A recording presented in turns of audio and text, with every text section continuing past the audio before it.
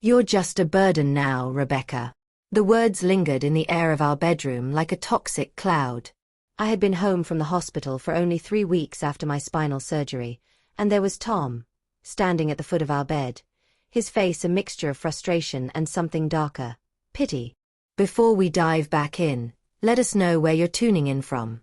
If this story resonates with you, don't forget to hit that subscribe button because tomorrow, I've got something even more special lined up just for you. My name is Rebecca Williams, and 6 months ago, I was living the life I had always dreamed of.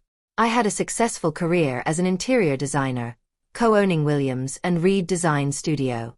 I was married to Thomas Williams, one of the most prominent real estate developers in Lakeside Heights.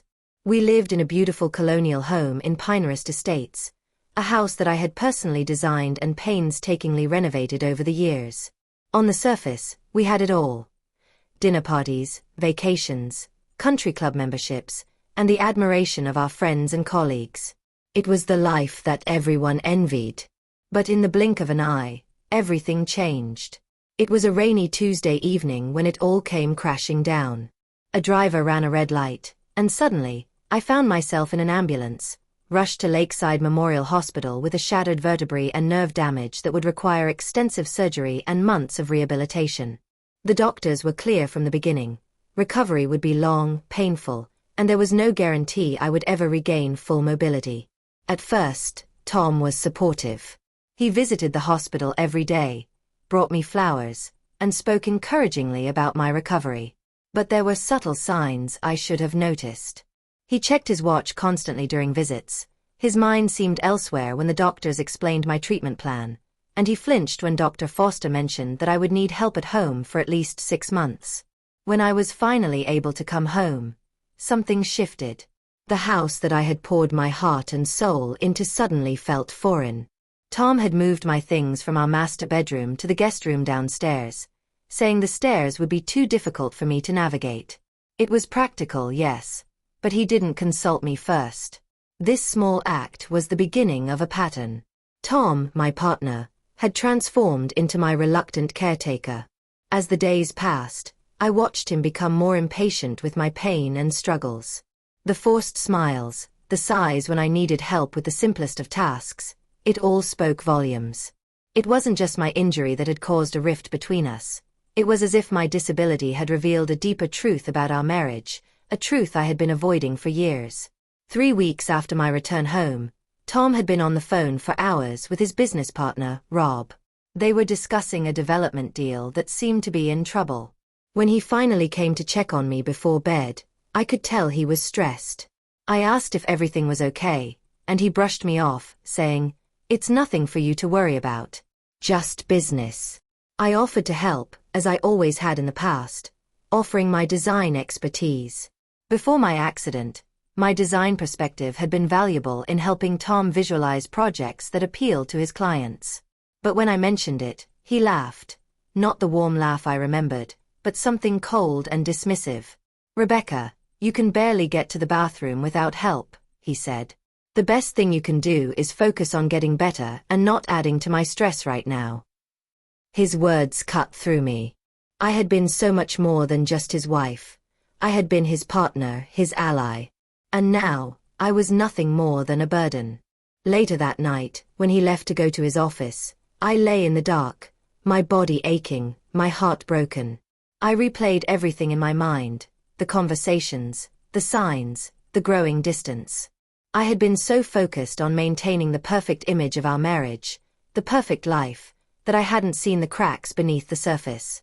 The truth had always been there, hidden in plain sight, and now it was impossible to ignore. By 3 a.m., I had come to a clear realization. My marriage had been faltering long before the accident. Tom's increasing ambition had pushed everything else aside, including me. I had been so busy building the perfect life that I failed to see the emotional neglect, the emotional disconnection that had been growing between us. My accident hadn't created the problem. It had simply exposed it. The next morning, after hours of sleepless reflection, I had a plan. I wasn't going to let Tom define my worth any longer. I was going to take back control of my health, my life, and my future. I carefully maneuvered my wheelchair to the small desk in the guest room where I'd been staying, opened my laptop, and started reviewing our financial documents. Tom and I had created a comprehensive estate plan 5 years earlier, back when things between us had seemed perfect. But now, with my injury and our marriage in turmoil, I needed to understand my options. As I scrolled through the documents, a clause about incapacitation caught my eye. It was something I had never fully understood, but now it seemed crucial. I made a mental note to call Daniel Cooper, our family attorney, the next day. The phone call with Daniel was the first step in reclaiming my independence. I explained the changes I had noticed in Tom's behavior and the growing distance between us. Daniel listened carefully and assured me that, while the estate plan was designed to protect both Tom and me, there were steps I could take to ensure my own financial security if I decided to leave the marriage. That night, after talking to Daniel, I called my sister Jen and confided in her. She agreed to drive me to Daniel's office the following day. We would need to have everything in place before I made any decisions about my future. The next morning, after a long and painful conversation with Tom, I began to prepare for the difficult road ahead. I had a choice to make. Should I confront Tom, seek reconciliation, or simply walk away? I wasn't sure yet, but I knew one thing for certain. I would never again allow myself to be treated as a burden. That evening, as I sat alone in the guest room, I reflected on everything I had learned. The woman who had walked into Lakeside Memorial Hospital 6 weeks ago was not the same person who now sat in a wheelchair, physically broken but mentally awakening to a truth I had been avoiding for years. I was no longer the perfect wife. I was someone new, stronger, wiser, and more aware of my own worth. And no matter what happened with Tom or our marriage, I knew this. I would never again define myself by someone else's terms. The days following my conversation with Daniel were a blur of decisions. I found myself living in a strange limbo, caught between the life I had once known and the reality I was now facing. Each moment seemed to carry the weight of a lifetime of choices, each one leading me further away from the woman I had been and closer to someone I wasn't sure I recognized. Tom and I had settled into a routine of tension. He still visited, though his presence was a shadow of what it had once been. The once lively conversations, filled with shared plans and aspirations, had been replaced with silence. He didn't ask about my recovery or offer any emotional support. His attention was focused on his work, and when I did catch glimpses of him, it was clear he was overwhelmed, anxious. But I wasn't sure whether his anxiety was about me, or if it was just about his own struggles with the business. The tension between us was almost suffocating. I no longer felt safe in my own home. One afternoon, after I'd returned from a physical therapy session, I received a call from my attorney, Daniel Cooper. He informed me that Tom had asked to meet in person, a request that surprised me. He'd been distant, avoiding direct confrontation since the accident. But now, after weeks of radio silence, he wanted to talk. I agreed, though I didn't know what to expect.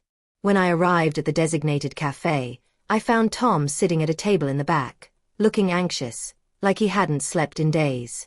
His face, usually so composed and confident, was drawn, his eyes heavy with exhaustion. When he saw me, he immediately stood up, as if out of habit.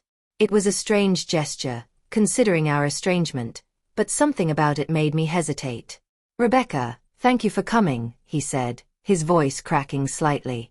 I didn't respond immediately, my emotions in turmoil. There was still so much anger, so much hurt, but I also understood the weight he was carrying. His company was teetering on the edge of ruin. But that didn't excuse the betrayal. It didn't excuse how he had treated me or how his actions had left me with nothing but uncertainty.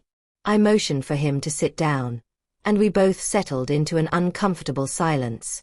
"I need to be honest with you," he began, staring down at his hands. "The business. It's in trouble, Rebecca. The Burlington project is on the verge of collapse. I've been trying to keep it afloat, but we're running out of options. And I don't know what to do anymore." I studied him carefully. His words, though tinged with desperation, felt hollow. He hadn't been honest with me before. The truth was something he had hidden away behind his charm and ambition. "So, Now you come to me? I asked quietly, trying to keep my voice steady. You've lied to me, you've manipulated me into signing documents that would have left me financially vulnerable, and now you want me to help you save your company? Tom flinched, as if my words physically struck him. He looked up, his expression filled with guilt, regret. I never meant for any of this to happen. I thought I could fix it. I thought I could turn things around before you ever had to know. But I've failed, Rebecca. I failed you. I failed myself. His admission stung more than I expected. I had been waiting for him to own up to his mistakes, but hearing it from him made everything feel more real. The truth he had been hiding, the truth I had refused to see, was now fully exposed. His pride, his desperation, had driven him to make decisions that not only hurt our marriage but had jeopardized my future as well. I don't need your apology, Tom, I said, feeling the calmness in my voice that was hiding the turmoil inside. I need you to understand that I can't save you. You've made your choices, and I've had to live with the consequences. For a moment, he was silent, looking defeated. His hands rested limply on the table as if he had no strength left to hold them up. I can't do this anymore, I continued, my voice steady but resolute.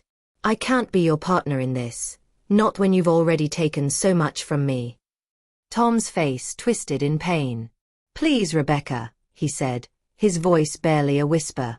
I don't know how to fix this, but I'm asking for a chance. Not to save the business, not for anything but us. Can you give me that? Can you give us that? I shook my head. The idea of trying to salvage something that had been so fundamentally broken felt impossible. The love I once felt for him had been replaced by something else. Hurt, betrayal, and the overwhelming need to protect myself.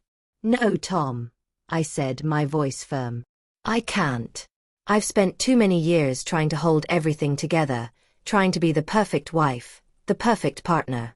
But I can't fix this, not for you, not for anyone.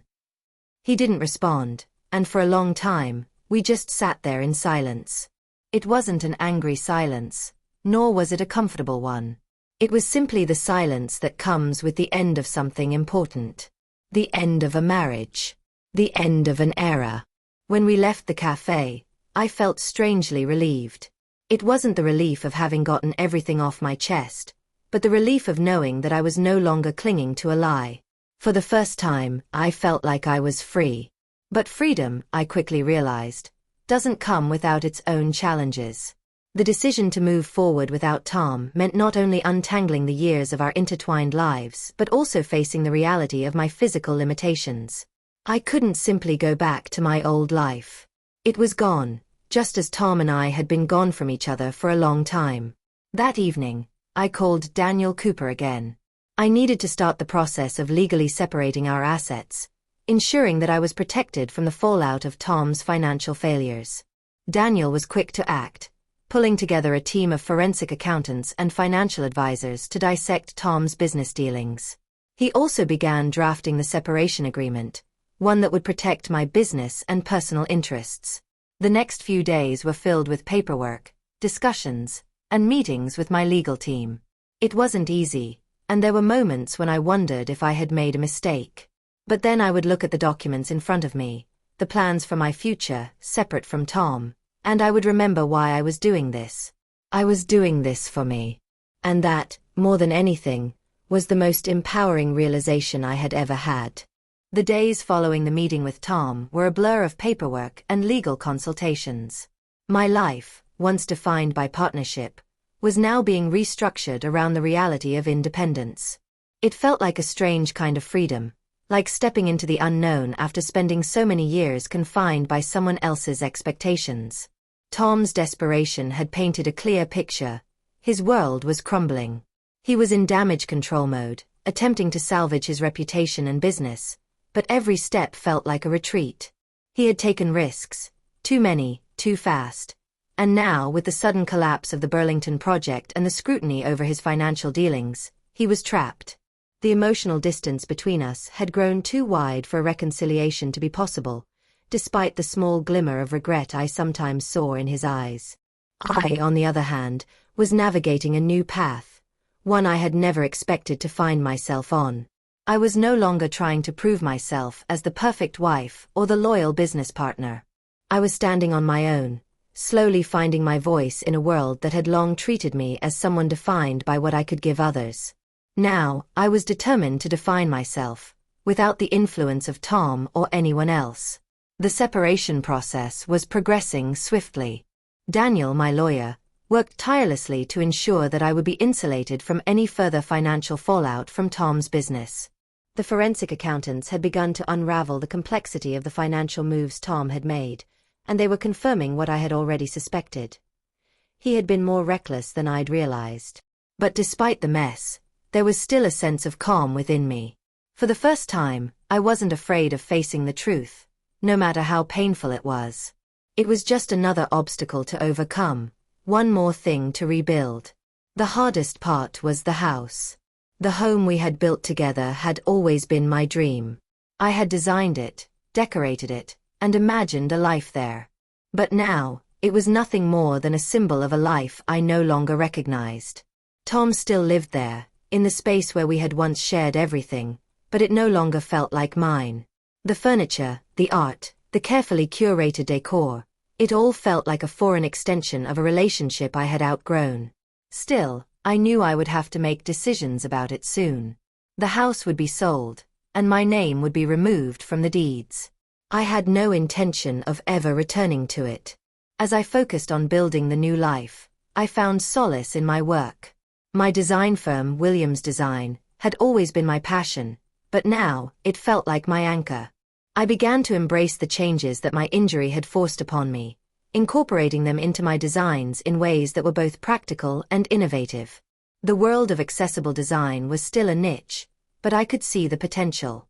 I could feel the shift in the industry, and I was determined to be at the forefront of it. What had begun as a necessity for my own recovery was becoming a defining feature of my work. It wasn't just about creating spaces that looked beautiful. It was about creating spaces that worked for everyone, no matter their physical abilities. And as my business began to thrive, I realized that this was where I was meant to be. One afternoon, a week after Tom and I had formally begun the separation process, I received a message from Olivia.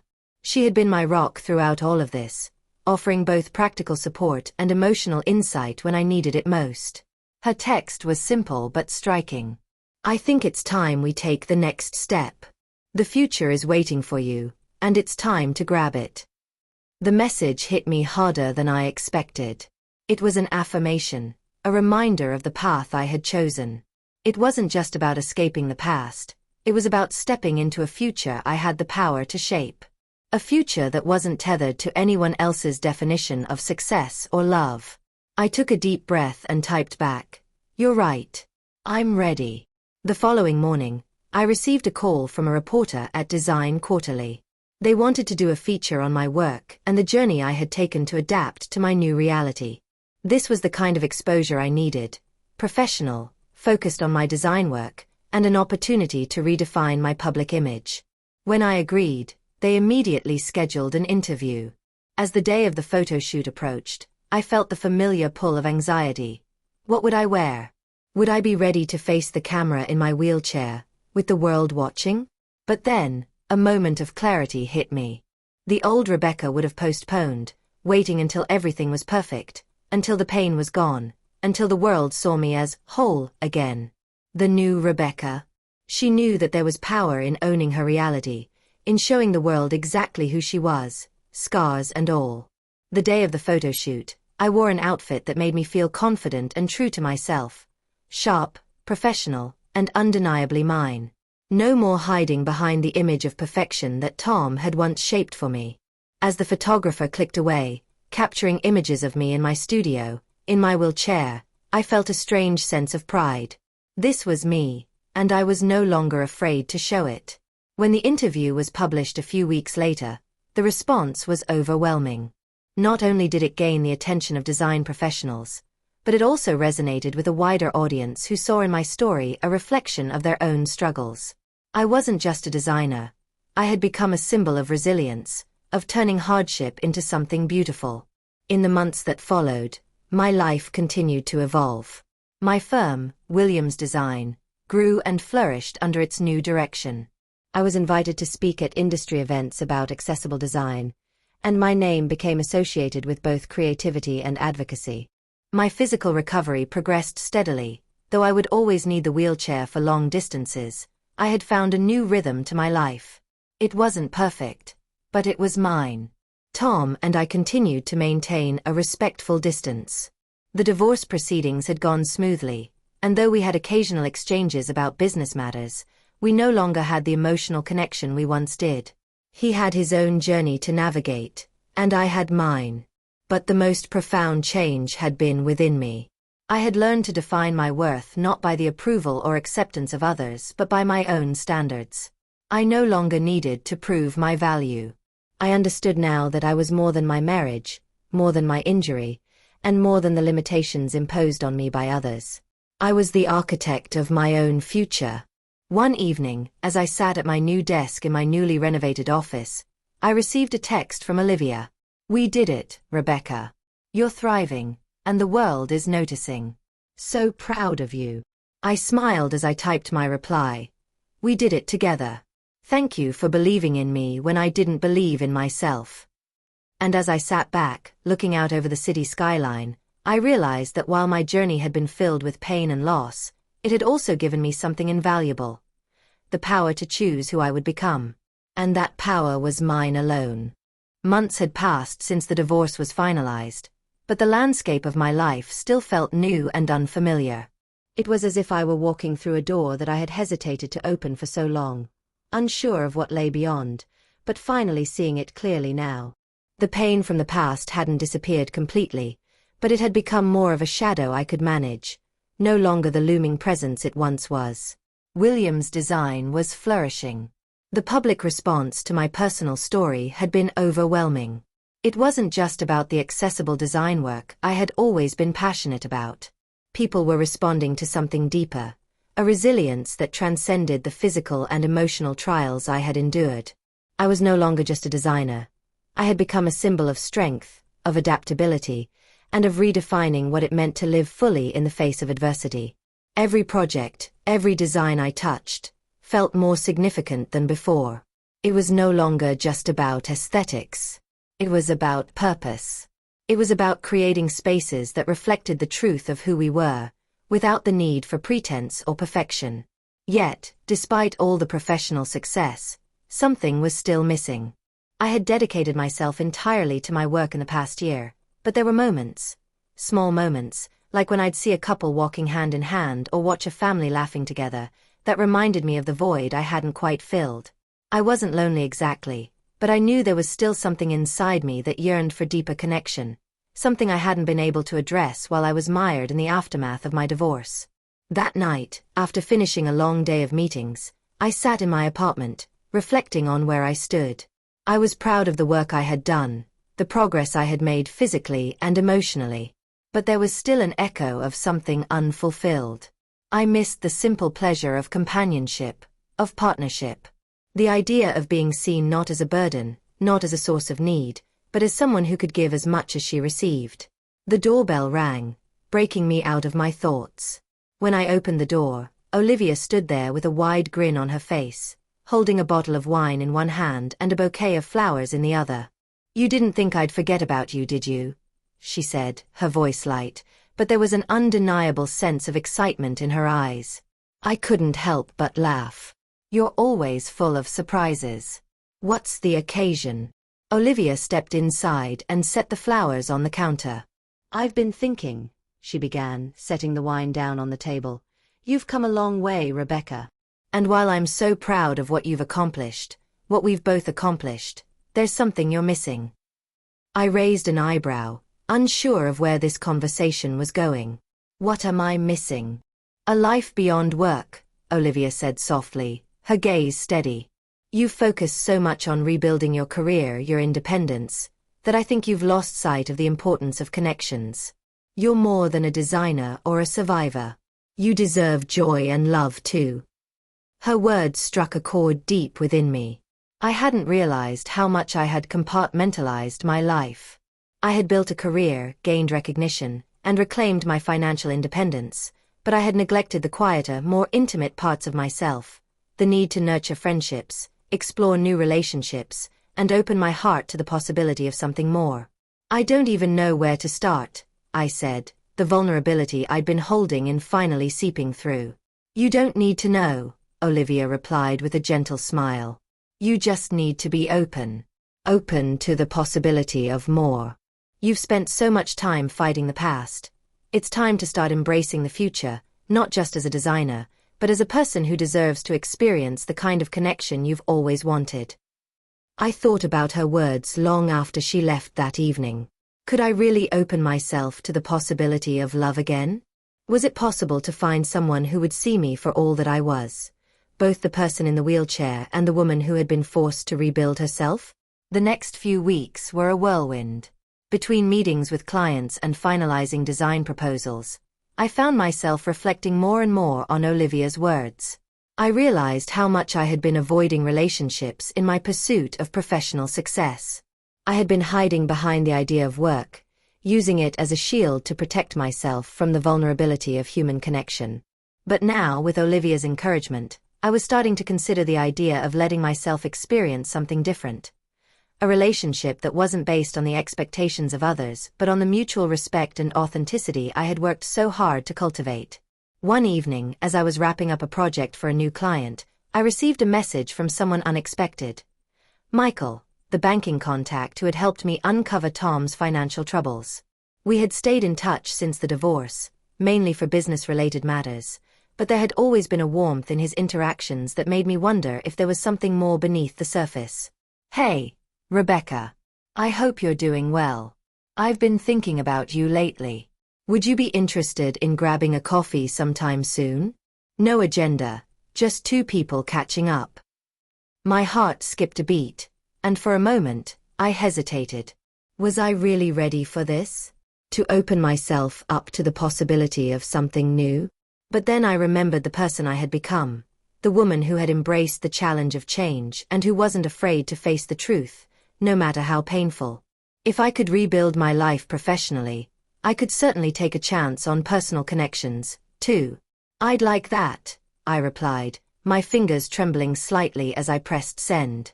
A few moments later, Michael texted back with a simple, "Great. Let's make it happen." As I set my phone down, I couldn't help but smile. It was a small step, but it felt significant.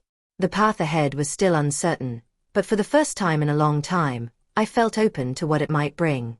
The following week, Michael and I met at a cozy cafe. It wasn't a formal date, just two people reconnecting over coffee. But as we talked, laughed, and shared stories about our lives, I felt something stir inside me. There was a connection, a spark I hadn't expected but was grateful to find. It wasn't just about the possibility of romance, it was about being seen, being heard, and feeling valued for who I was in the moment. After the coffee date, we continued to stay in touch. Slowly, cautiously, we began to build a friendship, and perhaps, in time, something more. For the first time in years, I wasn't rushing anything. I wasn't chasing perfection or trying to make up for lost time. I was simply living, learning, and allowing my life to unfold at its own pace. As I continued to focus on my work, on my health, and on rebuilding relationships, I realized something profound. It wasn't the big moments that defined my journey. It was the small, everyday decisions to choose authenticity, to live for myself, and to embrace vulnerability that had shaped me into the person I had become. 1 year had passed since my surgery, the first anniversary of the night that had shattered everything I thought I knew. And yet, as I sat on my balcony, looking out at the city that had become my home, I realized that in so many ways, the woman I was now was stronger, more self-assured, and more alive than ever before. The road ahead was still full of uncertainty, but I was ready for it. Because now, for the first time in my life, I knew exactly who I was, and I was no longer afraid to show it. It had been nearly 2 years since I had started rebuilding my life. The challenges, both physical and emotional, had not disappeared, but they no longer felt like burdens. Instead, they had become the foundation on which I had rebuilt my sense of self, more solid than ever before. I was no longer defined by the woman I had been married to Tom, the wife whose identity had been wrapped around him and our shared life. I had rediscovered my independence, my voice, and a deeper understanding of my own worth. Williams Design, now renamed to reflect my new identity, was thriving. My business model, one that catered specifically to accessible design, had gained traction in a way I had never imagined. I had found my niche, not just as a designer but as an advocate for inclusivity, creating spaces that were both functional and beautiful for people with varying abilities. Clients sought me out not just for my design expertise, but because they knew I understood the deeper emotional and physical needs that came with adapting spaces to be accessible. Yet, despite all the success, I couldn't help but feel the pull of the quiet moments, the softer aspects of life that I had once ignored in my rush to achieve. It wasn't about fame or recognition anymore. It was about finding peace. Being content with who I was. Being whole. One chilly evening, after a long day of design meetings, I sat by the fire in my newly renovated living room. The space was a reflection of everything I had become, clean, open, and warm, both physically and emotionally. A new chapter was being written here, in every line of the walls and in every corner I had crafted with my own hands. I had been involved in every part of the process, designing not just for aesthetics but for how I wanted to feel in the space. There was a knock at the door. I stood up, adjusting the blanket draped over my lap, and wheeled myself toward the door. It was Michael. "Hey," he greeted with a bright smile, holding a bottle of wine. "I brought you something to help celebrate the project launch." I invited him inside, and we sat together, sipping wine and chatting about life. It had been months since we had started seeing each other, slowly letting our friendship deepen. Michael had always been patient, never rushing me, and I appreciated his quiet presence in a way I hadn't known I could. "You're doing amazing things with your designs, Rebecca," Michael said, his voice steady but full of admiration. "I've been reading about some of your recent projects. It's inspiring to see how you've turned your own journey into something so impactful." I smiled softly, looking out the window at the stars beginning to twinkle. "I've learned that pain can either break you or teach you. I chose to let it teach me." "You've certainly done that," he agreed, his tone warm. "I know it's not been easy, but you've shown more strength than anyone could have imagined." I looked at him, really looked at him for the first time in a way I hadn't before.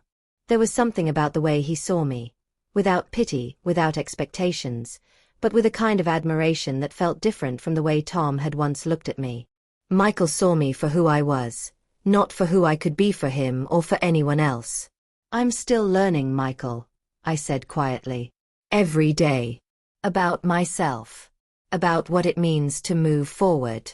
And I'm not sure where this journey will take me, but I know I'm ready to face it. Alone if necessary, but I'm open to more." He reached across the table, his fingers brushing mine in a gesture so simple, yet so meaningful. "You don't have to be alone anymore, Rebecca.